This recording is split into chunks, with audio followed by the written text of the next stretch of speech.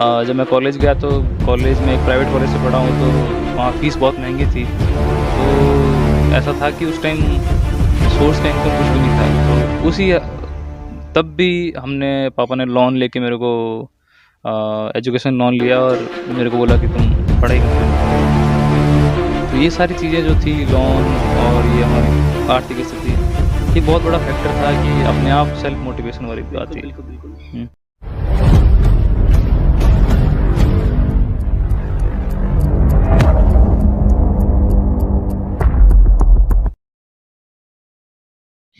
लहरों से डरकर नौकाएँ पार नहीं होती, मेहनत करने वालों की कभी हार नहीं होती। शायद ये पंक्तियाँ उन लोगों पर सटीक ठहरती है, जो अपनी मेहनत और काबिलियत पर विश्वास रखते हैं। बिल्कुल, आज हम एक और कहानी के साथ, एक और प्रतिभा के साथ आपके सामने हाज़िर हुए हैं। शून्य से शिखर तक का सफ़र आरजे न्यूज़ राजस्थान पर आप लोग देख रहे हैं। मैं हूँ आपके साथ में मिथुन। दोस्तों, एक किसान परिवार का बेटा, जिनके फादर किसान खेती करते हैं, जानवरों को पालते हैं, उनका पालन-पोषण करते हैं और वहाँ से निकला हुआ एक बच्चा इंडियन रेलवे सर्विस में अगर सेलेक्ट हो जाता है, वो भी उच्च पद पर, तो आप उसे क्या कहेंगे? बिल्कुल जी हाँ, हम आज एक और एक नई कहानी के साथ आपके सामने हाज़िर हुए हैं। हम बताएँगे उनकी प्रतिभाओं को, उनकी जो जो मेहनत थी, उसको हम आपके सामने रखेंगे। आज हमारे साथ में मौजूद हैं पिचिया के धर्मेंद्र सिरवी, जिन्होंने कड़ी मेहनत और सफलता के दम पर अब एक उच्च मुकाम को हासिल किया है। आइए उन्हीं की ज़ुबानी हम उनकी कहानी सुनते हैं। सर, सबसे पहले आरजे न्यूज़ राजस्थान पर आपका बहुत-बहुत स्वागत है सर। थैंक यू, धन्यवाद। मैं धर्मेंद्र हूँ, पिचिया का रहने वाला हूँ और पिचिया का मैं मोहनलाल जी बर्फा का लड़का हूँ जी, और मेरी मदर का नाम सुखी देवी है जी, और मैं अभी बैंगलोर में कार्यरत हूँ। जी। बिल्कुल सर, हम आपकी शिक्षा के बारे में थोड़ा बहुत जानना चाहेंगे सर। अ, शुरुआती शिक्षा में मैंने प्राथमिक शिक्षा यहाँ 5वीं क्लास तक अपने गाँव में ही गणेश विद्या मंदिर से प्राप्त की थी। उसके जी, बाद में मैंने 11th तक आईजी विद्या मंदिर में मैंने शिक्षा प्राप्त की। उसके बाद में मैंने 11th में साइंस मैथमेटिक्स सब्जेक्ट चूज़ किया और उसके बाद मैं आईआईटी की तैयारी के लिए कोटा चला गया था। जी, कोटा गया, मैं वहाँ रहा और आईआईटी की तैयारी की, बट दुर्भाग्यवश वहाँ पे मेरा सिलेक्शन नहीं हो पाया आईआईटी, एनआईटी किसी जगह पे भी। हुँ, तो मैं फिर एक प्राइवेट कॉलेज में भुवनेश्वर में किट यूनिवर्सिटी के Kalinga institute of industrial technology, जी, वहाँ से मैंने मैकेनिकल में 2011 में बीटेक की परीक्षा उत्तीर्ण की। जी, कॉलेज के दौरान ही मेरा कैंपस प्लेसमेंट हुआ था टीवीएस मोटर्स में। जी, टीवीएस मोटर्स में प्लेसमेंट हो गया, होने के बाद एहसास हुआ कि नहीं, कुछ और करते हैं। हुँ, तो 1-2 साथी मिल गए जो एग्ज़ाम्स की तैयारी कर रहे थे गवर्नमेंट सर्विसेज़ की, जी, तो उनके बोलने पे मैंने भी स्टार्ट की। तो 4-6 महीने मेहनत की, उसके बाद में जब कॉलेज ख़त्म हुआ तो बहुत सारी पब्लिक सेक्टर अंडरटेकिंग्स जो महारत्न कंपनी है, नवरत्न कंपनीज़ हैं, उनके एग्ज़ाम दिए मैंने। हुँ, तो उन्हीं एग्ज़ाम्स में मैंने एनटीपीसी, ओएनजीसी, आईओसीएल, बीएचईएल, जी, एनएचपीसी, जी, इन सारी एग्ज़ाम दिए और ये सारी परीक्षाएँ पास की। हुँ, और मेरी पर्सनल चॉइस एनटीपीसी की थी, तो मैंने एनटीपीसी जॉइन करके 2011 में मैंने एनटीपीसी जॉइन किया। जी। सर, ये सारे एग्ज़ाम आपने क्लियर किए थे? हाँ, मैंने सारे एग्ज़ाम क्लियर किए थे। अच्छा, ये सारे ऑल इंडिया लेवल के एग्ज़ाम होते हैं, जी, तो ये सारे एग्ज़ाम क्लियर किए थे मैंने। हुँ, उसके बाद में जब मैं एनटीपीसी जॉइन किया 2011 सितंबर 2011 में, हुँ, देन वहाँ पे हमारा एक अच्छा सर्कल था। जी, तो मेरे 5 हम लोग 5 फ्रेंड्स थे, उनमें से सारे लोग, मेरे अलावा सारे लोग जो थे पहले से ही यूपीएससी की तैयारी कर रहे थे। अच्छा, अच्छा, अच्छा, तो वहाँ पे मेरा कोई इरादा नहीं था कि कुछ और आगे पढ़ाई, मैं खुश था उस जॉब से, कोई ज़्यादा कोई इरादा नहीं था, बट जो साथ के दोस्त थे, संगति का जो असर था बिल्कुल, कि मेरे सारे दोस्त यूपीएससी की तैयारी कर रहे थे, तो सारे दिन उनको देखता, वो सारे दिन यूपीएससी के एग्ज़ाम की बातें, पढ़ाई की बातें, पेपर की बातें, कट ऑफ की बातें, जी, जी, इस साल क्या आ सकता है या कुछ भी चीज़ें, सारे दिन यही बातें होती रहती थी। जी, तो इन्हीं को देख के उन्होंने मेरे को भी प्रेरित किया कि तुम भी करो, तुम भी करो। तो उन दोस्तों के साथ मैंने भी साथ-साथ तैयारी की। जी, उन्होंने मेरे को गाइड किया, कोई कोचिंग की ज़रूरत नहीं पड़ी थी। जी, वही मेरे लिए कोचिंग थे। हुँ। और फिर मैंने 2014 में इंडियन इंजीनियरिंग सर्विसेज का एग्ज़ाम क्रैक किया रैंक 81 के साथ में। 81 रैंक में ऑल इंडिया में सर? हाँ, अच्छा। ऑल इंडिया में 81 रैंक। हाँ। उसके बाद मैंने रेलवे जॉइन किया 2015 दिसंबर में, हुँ। और तब से मैं रेलवे के साथ कार्यरत हूँ। क्या बात है। बहुत सारी सर्विस तो इनको मिली है। इन्होंने सारे एग्ज़ाम जो इंडिया लेवल के एग्ज़ाम थे वो क्लियर किए हैं, और क्लियर करने के बाद इन्होंने आखिर में इंडियन रेलवे सर्विस में भाग्य आज़माया और उसमें 81 ऑल इंडिया में रैंक प्राप्त की, और आज रेलवे में सर्विस उच्च पोस्ट पर। सर कौन-सी पोस्ट पर आप रेलवे में सर्विस दे रहे हैं सर? मैं अभी वर्तमान में senior coaching depot officer Yeshwantpur में पोस्टेड हूँ। अच्छा, सीनियर कोचिंग डिपो ऑफिसर हाँ, यशवंतपुर। यशवंतपुर। यस, बैंगलोर में ये जगह है, बैंगलोर में बड़ा रेलवे स्टेशन है। जी। तो वहाँ की जितने भी उस एरिया की जितनी भी मैनेजमेंट है ट्रेनों के रिगार्डिंग, वो सारा मैं देखता हूँ। सर आप एक ग्रामीण वातावरण से आते हैं और वहाँ पर एक्चुअल में एजुकेशन को इतना महत्व नहीं दिया जाता है। तो ऐसे माहौल में आपने किस तरीके से क्या पढ़ाई की सर? एक्चुअली माहौल कैसा भी हो, ग्रामीण परिवेश में हमारे किसी भी सफलता के लिए या तो आपके पास कोई चीज़ आपको खींचती है, या कोई चीज़ आपको उस परिस्थिति से बाहर निकलने के लिए आपको मोटिवेट करती है, जी, या कोई चीज़ आपको खींचती है कि जो चीज़ आपको बहुत अच्छी लग रही है वो आपको खींचेगी। बिल्कुल सर। तो पहला तो जो था यहाँ से कि इस परिस्थिति से जो हमारी फाइनेंशियल स्थिति है और हमारी जो जी, ग्रामीण जो बिल्कुल। है आर्थिक व्यवस्था, हुँ, आर्थिक स्थिति, उससे बाहर निकलने का था हाँ, कि आपको इस व्यवस्था से मतलब अपने के लिए, अपने परिवार के लिए कुछ करना है। जी, बिल्कुल। और जब आप एक बेसिक लेवल पे पहुँच जाते हो तो फिर आपको आकांक्षाएँ होती हैं, महत्वाकांक्षाएँ होती बिल्कुल, हैं। आदमी चाहता है कि कुछ और बड़ा करे। जी, तो ये अपने आप जब आप परिवार को देखते हैं कि हाँ, परिवार की स्थिति कैसी है तो उनके लिए कुछ करना है, या फिर आप असुविधाओं में रहते हैं तो उन असुविधाओं से बाहर निकलना है। हुँ, तो ये हमेशा मोटिवेटिंग फैक्टर रहता है, आपको कहीं और से मोटिवेशन की ज़रूरत ही नहीं पड़ती है। जी, बिल्कुल, बिल्कुल। हुँ, तो ये एक था कि यहाँ पे जानकारी का अभाव था, बट मेरे साथ मेरे स्कूल के टीचर श्री सोनलाल जी जो अभी वर्तमान में भाभा एटॉमिक रिसर्च सेंटर में साइंटिस्ट के पद पे कार्यरत हैं, अच्छा, बिलाडा का ही हैं। अच्छा सर। और हरी सिंह जी हैं जो डीआरडीओ में साइंटिस्ट हैं। जी, उन्होंने मेरे को पूरा गाइड किया, और उन्होंने मेरे को मोटिवेट करते रहे, बार-बार पे मेरे को जो सलाह चाहिए थी उन्होंने दी मेरे हुँ, को। तो वो एक शुरुआती पावदान था जिनकी वज़ह से मैं एक गलत दिशा में नहीं गया, और एक जैसा डायरेक्शन मेरे को चाहिए थी उस डायरेक्शन में मैं चलता गया। सर परिवार की ओर से मतलब आपको सपोर्ट मिलता गया, परिवार वालों ने आपको किस तरीके से क्या मोटिवेट किया, गाइड किया सर?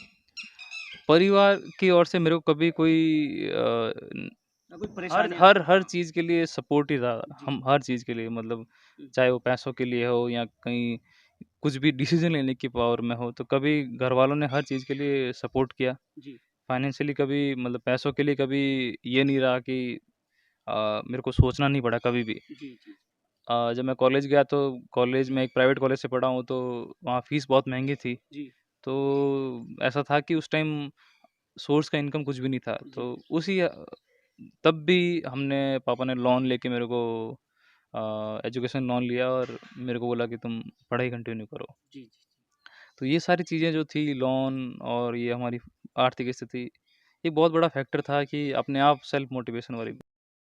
हुँ, हुँ। तो ये एक सेल्फ मोटिवेशन वाली बातें हो जाती हैं कि फादर साहब एक किसान परिवार से हैं। उन्होंने लोन लेकर अपने बच्चे को पढ़ाई के लिए आगे प्रेरित किया और उनको पढ़ाना चाहा। एक प्राइवेट कॉलेज में आपको पता है कि आज शिक्षा कितनी महँगी हो चुकी है। शिक्षा को तो सर मैं बता दे रहा हूँ आज लोगों ने बिज़नेस बना दिया सर, है ना? लोग शिक्षा को इस तरीके से ले रहे हैं जैसे उसको अपना बिज़नेस, अपना करियर बना रहे हैं कि उसमें ज़्यादा से ज़्यादा जो प्राइवेट स्कूल है उसमें फ़ीसें ले रहे हैं। प्राइवेट कॉलेजेज़ है उसमें बहुत सारी महँगी फ़ीसें हो रही है। एक आम आदमी का पढ़ना ऐसी स्थिति में बहुत ही ज़्यादा समस्याप्रद हो जाता है। तो ऐसी स्थिति में आपको आपके फ़ादर साहब ने लोन लेकर आज इस पद पर मुकाम पे हासिल किया। तो सर इसमें अब मैं ये जानना चाहता हूँ जैसे शुरुआत में आपको पढ़ाई में कोई समस्या आई सर इसमें? समस्या एक तो जानकारी का अभाव सबसे बड़ा ग्रामीण परिवेश में होता है कि जी, हमारे पास इतने लोग नहीं हैं जानकार जिनसे हम पूछें, जी, और जिनसे पूछते भी हैं उनको भी कोई विस्तृत जानकारी हर विषय की होती नहीं है। जी, बिल्कुल सही बात है। तो ये एक सबसे बड़ी समस्या थी। बाकी अ, जब आप शहर से गाँव से बाहर निकलते हैं तो फिर आपको बहुत सारे लोग ऐसे मिल जाते हैं जो आपको बहुत तरह की जानकारी दे देते हैं। जी, बट यहाँ रहते हुए कि और यहाँ ग्रामीण परिवेश में एक ये होता है कि हम थोड़ा बड़ा सोचने की हिम्मत नहीं करते हैं। नहीं करते, बिल्कुल सही बात। हमेशा कि छोटी-सी कोई जॉब मिल जाए, कुछ भी करके बस एक जॉब चाहिए या कुछ भी एक इनकम का सोर्स चाहिए। बिल्कुल सर, गाइडेंस की कमी होती है और जैसा जितना गाइड होता है अपन वही सोचते हैं और कोई फील्ड लेते ही नहीं है। तो ये एक ग्रामीण अवेयरनेस की कमी हो जाती है सर। अवेयरनेस की बहुत ज़्यादा कमी है और उस चीज़ को अगर फ़ील किया जाए तो मेरा ये मानना है कि प्रतिभा सब में बराबर होती है। बिल्कुल सर। कोई भी इंसान जो है, जितनी प्रतिभा किसी और के अंदर है, दूसरे इंसान के अंदर भी उतनी ही है। जी, जितनी प्रतिभा कोई रैंक 1 आ रहा है और जो पास नहीं हो रहा, दोनों में प्रतिभा बराबर की है। बिल्कुल सर। प्रतिभा में बस इतना ही है कि आपका मन और लगन कहाँ पे है। आपका लगन और मन कहीं और है, तो आप उस चीज़ में आप अच्छा करेंगे जी, और नहीं तो किसी और चीज़ में अच्छा करेंगे। जी, अगर आपने किसी को कोई एग्ज़ाम देना है या परीक्षा पास करनी है, तो ऐसा नहीं है कि कोई बहुत ज़्यादा इंटेलिजेंट है। सब में पर आप कितना एफ़र्ट देते हैं, कितनी लगन है आपकी, हुँ, बस उतना ही वो होता है। जी, तो सबसे बड़ी बात है कि आप जो है अपनी प्रतिभा को पहचानें और जो प्रॉपर गाइडेंस मिल जाए तो आप उस गाइडेंस का यूटिलाइज़ करें और आगे बढ़ें। सर कई बार होता है सिविल सर्विस की एग्ज़ाम की तैयारी करने में कई बच्चे हिचकिचाते हैं कि यार हम इसको कैसे पास आउट करेंगे, कैसे क्या? तो उस उन लोगों के लिए आप क्या कहना चाहेंगे सर?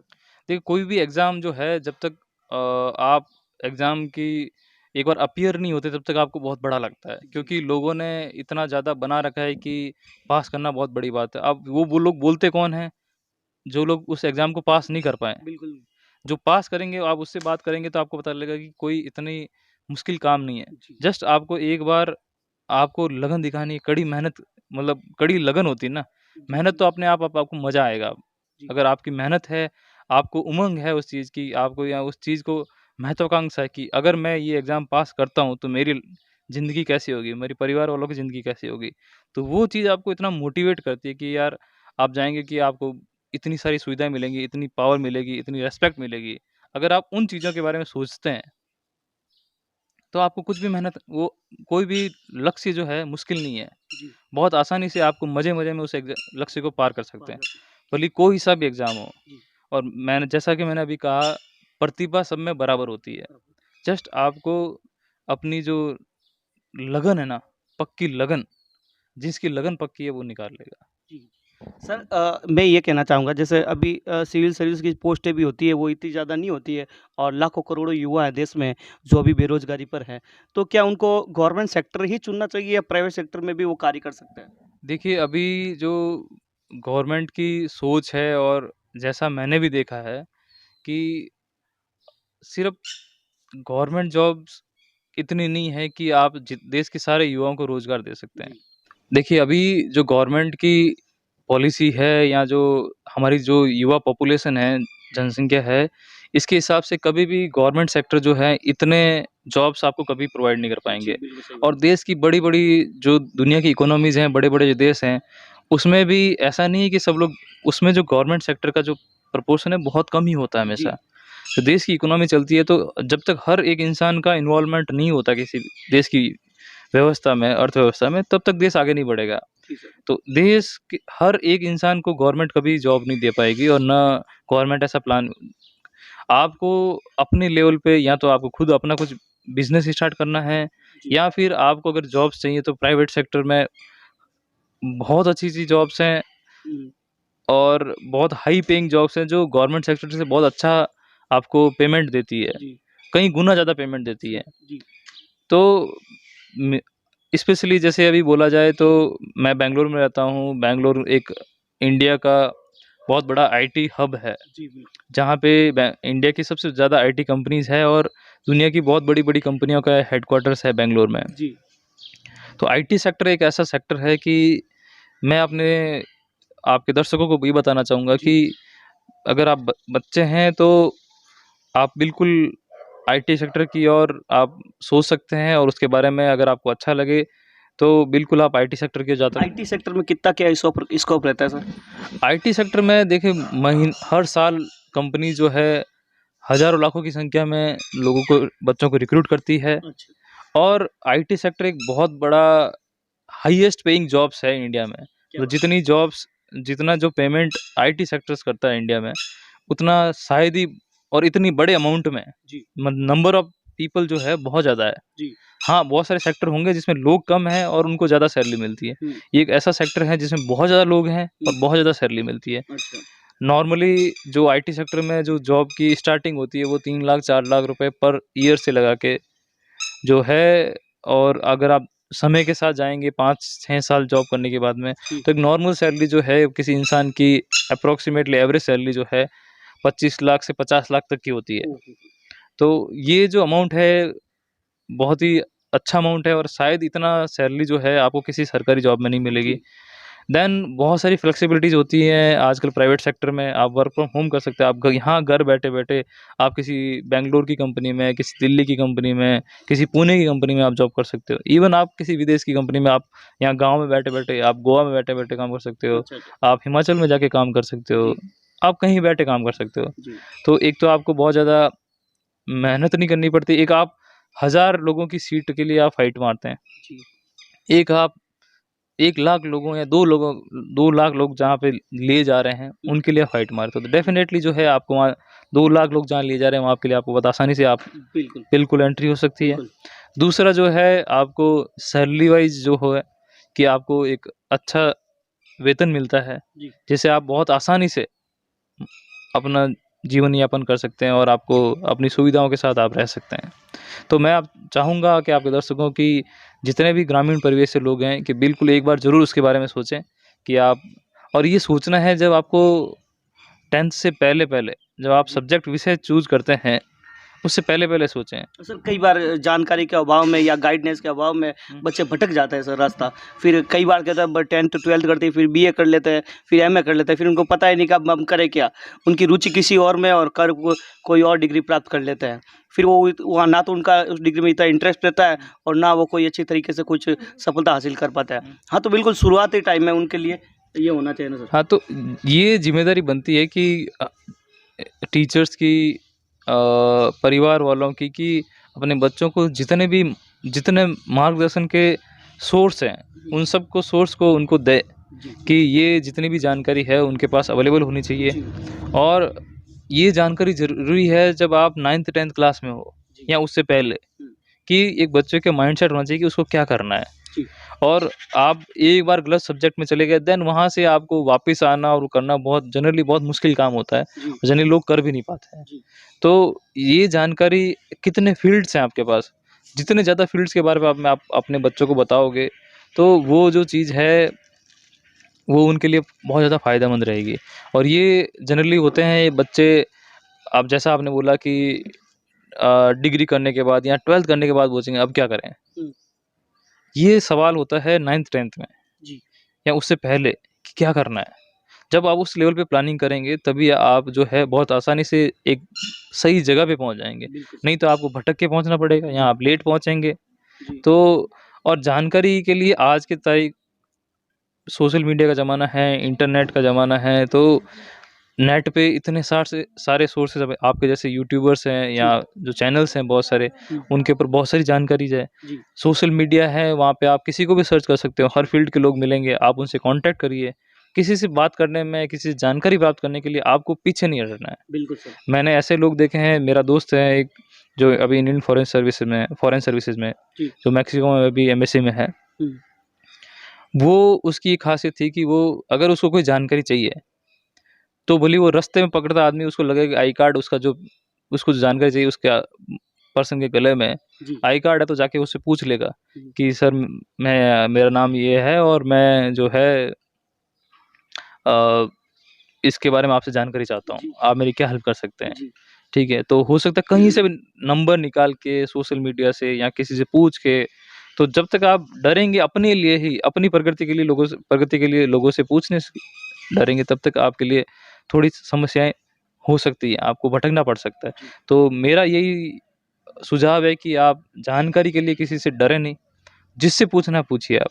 सर ये जैसे अभी आपने बताया कि आईटी में अगर आईटी फील्ड में अगर जाए बच्चे तो वो अपना भविष्य आसानी से बना सकते हैं। तो वो किस तरीके से जाएँगे सर? कौन-सा क्या रास्ता होगा? उसके बारे में हमारे दर्शकों को थोड़ा बताएँ सर। जनरली जनरली जो बीटेक, बीसीए जो इंजीनियरिंग फील्ड के लोग और जी, बीसीए, एमसीए फील्ड के लोगों को कंपनी मेनली हर तरह के लोगों को उठाती है, जी, मतलब कंपनीज़ रिक्रूट करती है, लेती है अपने साथ में। जी, तो पर जो मेजॉरिटी ऑफ जो स्टूडेंट्स होते हैं या जो उनके जो लोग होते हैं, जी, वो इंजीनियरिंग फील्ड से या बीसीए फील्ड से आते हैं। जी, इंजीनियरिंग में भी स्पेशली जो computer science, information technology, electronics uh, इस फील्ड के लोगों को ज़्यादा लेती है। बाकी बाकी कोई भी इंजीनियरिंग की हो, भले आप मैकेनिकल से हो या इलेक्ट्रिकल से हो या किसी भी फील्ड से हो, कंपनीज़ आपको लेती है। जी, और सिलेक्शन प्रोसेस ये है कि और मेरा पर्सनल सुझाव है कि अगर आप ये फील्ड लेते हैं, अगर आपको आईटी फील्ड में जाना है, तो मेरा सुझाव है कि अगर आप आईआईटी, एनआईटी या कोई अच्छे कॉलेज में एडमिशन हो जाता है तो बहुत अच्छी बात है। अगर जी, नहीं हो पाता है, तो आप साउथ या स्पेशली बैंगलोर के किसी कॉलेज को प्रेफ़र करें, तो आपके जो सिलेक्शन के चांसेज़ हैं या कि जॉब पाने के चांसेज़ हैं, वो बहुत ज़्यादा ज़्यादा हो जाएँगे। जी, तो मेरा यही सुझाव है कि अगर आप इंजीनियरिंग करते हैं और वो एक अच्छी कॉलेज से मिल करते हैं, अगर आपको अच्छी कॉलेज किसी कारणवश नहीं मिलती है, तो आप साउथ के किसी कॉलेज से आप स्पेशली बैंगलोर के किसी कॉलेज से आप इंजीनियरिंग कर लीजिए या बीसीए कर लीजिए, तो आपके बहुत अच्छे आसार रहेंगे कि आप आसानी से जॉब मिल पाए आपको। सर आपने भी सिविल सर्विस का एग्ज़ाम क्लियर किया, आप आईएएस के आज पद पर विराजमान हैं, तो उसके लिए बच्चों को किस तरीके से क्या गाइडेंस मिलेगी सर? कैसे क्या करना चाहिए? देखिए, ये जो सर्विसेज़ हैं, वो ऐसी होती है कि बच्चों को एक महत्वाकांक्षा और ये जो बड़ी जो होती है ना इच्छा है कि ये मेरे को कुछ बड़ा करना है। जी, सबसे पहले तो वो ज़रूरी है जी, कि आपके मन के अंदर उस चीज़ को पाने के लिए इतनी ज़्यादा ललक होनी चाहिए। ललक होनी चाहिए कि मेरे को वो चाहिए ही चाहिए। बिल्कुल सर। जब ये होता है तो फिर सारी चीज़ें आसानी से हो जाती हैं कि वो आपको अगर कोई एक किसी ने बोल दिया आप करोगे ये सर्विसेज़ वो ये एग्ज़ाम्स, ये सर्विसेज़ उनके लिए नहीं है किसी के बोलने की वजह से करने के लिए, जी, जो लोग खुद से करना चाहते हैं। जी, तो अगर आपको ऐसा करना है तो आप जितना जल्दी लेवल पे स्टार्ट करें, किसी से जो उस फ़ील्ड में है, मतलब सिविल सर्विसेज़, तो आप उनसे प्रॉपर गाइडेंस लीजिए, ठीक है? आप ऐसे लोगों के साथ में रहिए जो इस फ़ील्ड में हैं या उसी फ़ील्ड की तैयारी कर रहे हैं। आप अकेले पढ़ के रहेंगे तो हो सकता है कुछ दिनों बाद में आप डिमोटिवेट हो जाएँगे, थक जाएँगे, हार जाएँगे, बोला नहीं होगा मेरे से। तो आप ऐसे लोगों की संगति में रहिए जो इस तरह की तैयारी करते हैं। ऐसे लोगों के टच में रहिए जिन्होंने ऑलरेडी इस एग्ज़ाम को क्रैक कर लिया है, वो उस सर्विस में हैं। जी, आप ऐसे लोगों से बिल्कुल ही सलाह नहीं लें जो जिन्होंने कुछ उस फ़ील्ड से बिल्कुल ही टच में नहीं है, जिनको कम जानकारी, उन लोगों से सलाह लेने से हो सकता है कई बार आपको गलत सलाह भी मिल सकती बिल्कुल है। सर। तो आप ऐसे लोगों के टच में रहिए और जो लोग उस फ़ील्ड में हैं, बिल्कुल आप उनको हर कोई जानकारी पूछेंगे तो हमेशा बताएँगे। जी, तो मेरा तो यही है कि आप अ, जितना जल्दी ऐसी जानकारी लेके जितनी जल्दी आप प्रिपरेशन स्टार्ट करें, तो वो आपके लिए बहुत ज़्यादा फ़ायदेमंद होगी और आपको इसके लिए महत्वाकांक्षी और जो होता है ना कि आपको अपने लिए कुछ अच्छा सोचना पड़ेगा कि ऐसा हो जाएगा तो मेरे साथ मेरी ज़िंदगी कैसी रहेगी, वो वाली सोच रखनी पड़ेगी। तो बाकी जो सारी चीज़ें हैं वो प्रोसेस में अपने आप होती रहेगी। जी। सर आज का समय ऐसा है कि करोड़ों युवा देश में बेरोज़गार बैठे हैं और उनको पता ही नहीं चलता है कि मैं हम अपना भविष्य किस तरीके से बनाएँ और कहीं न कहीं वो एक ऐसी संगति में चले जाते हैं, जो एक दुर्व्यवहार की संगति होती है।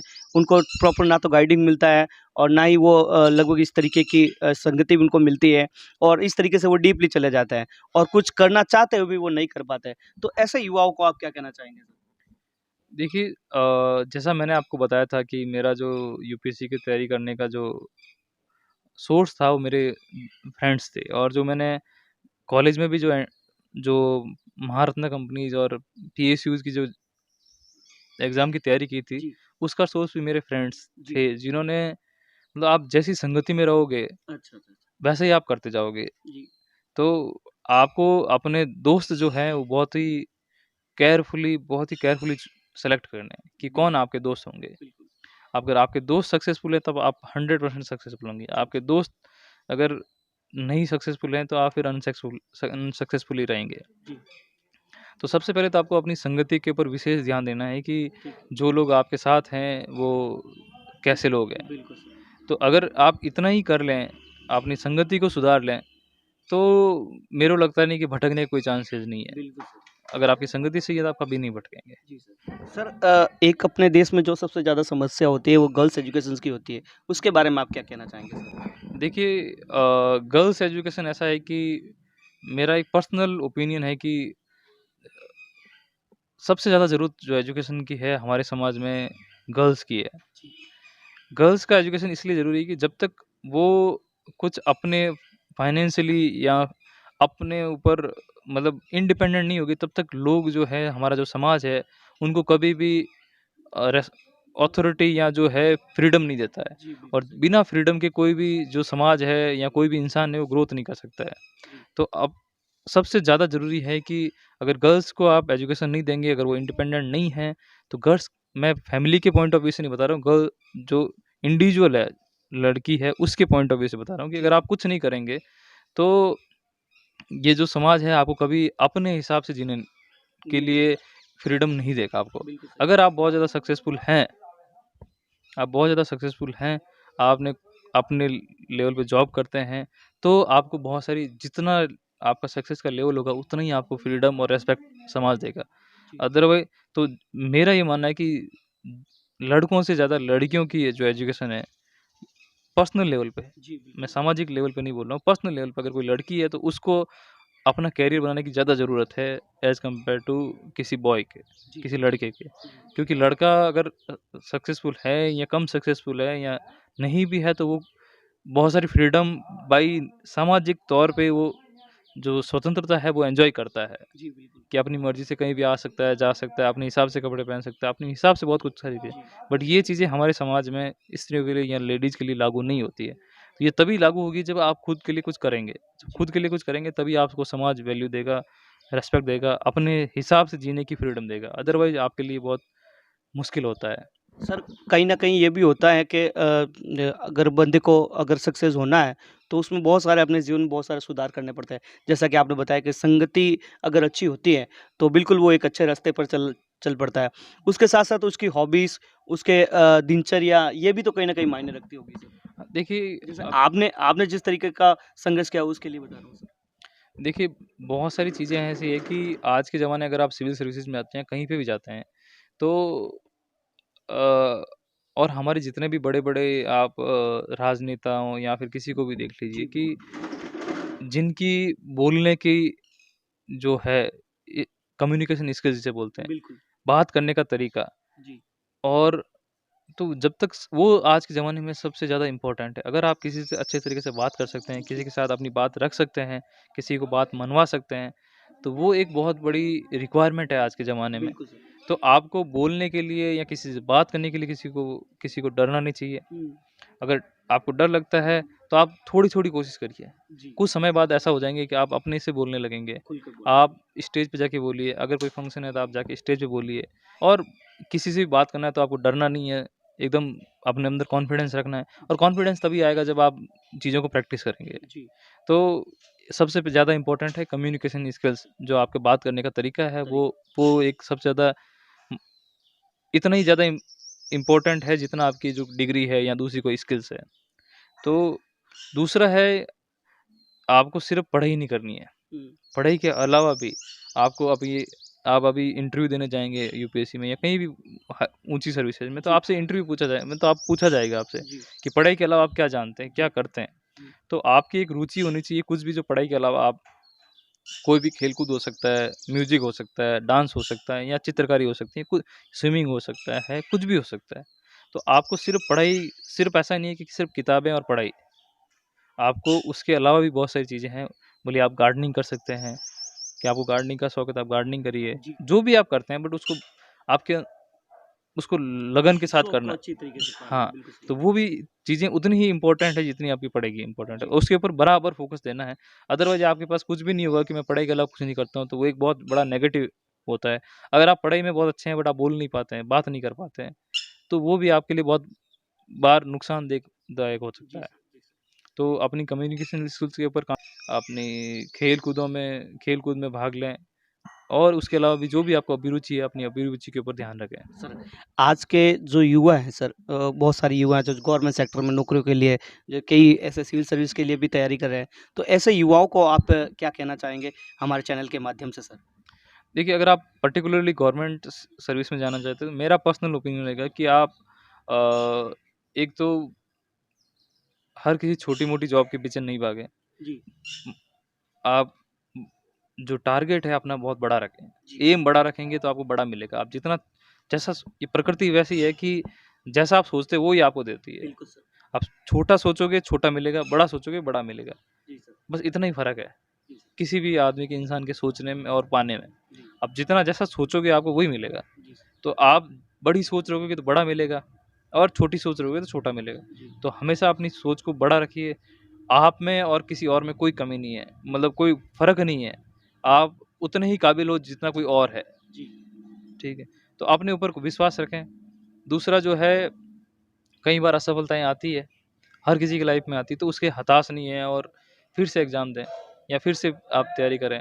जी सर, अगला है जो कि आप किसी भी एग्ज़ाम के लिए या प्रिपेयर कर रहे हैं, तो आपको पहले से तैयारी रखनी है। ऐसा नहीं है कि आप जो है जब एग्ज़ाम का नोटिफ़िकेशन निकला उसके बाद में आप तैयारी स्टार्ट करें, जी, ठीक है? तो आप पहले से ही जो है उस चीज़ की तैयारी स्टार्ट रखें जी, और आपको टारगेट बहुत पहले से करना है। जी, ऐसा नहीं कि जब एग्ज़ाम आएगा तब मैं स्टार्ट करूँगा, तब नहीं होगा। जी, आप पहले से ही तैयार रहें, जिस दिन एग्ज़ाम आया आपने दे दिया और हो गया।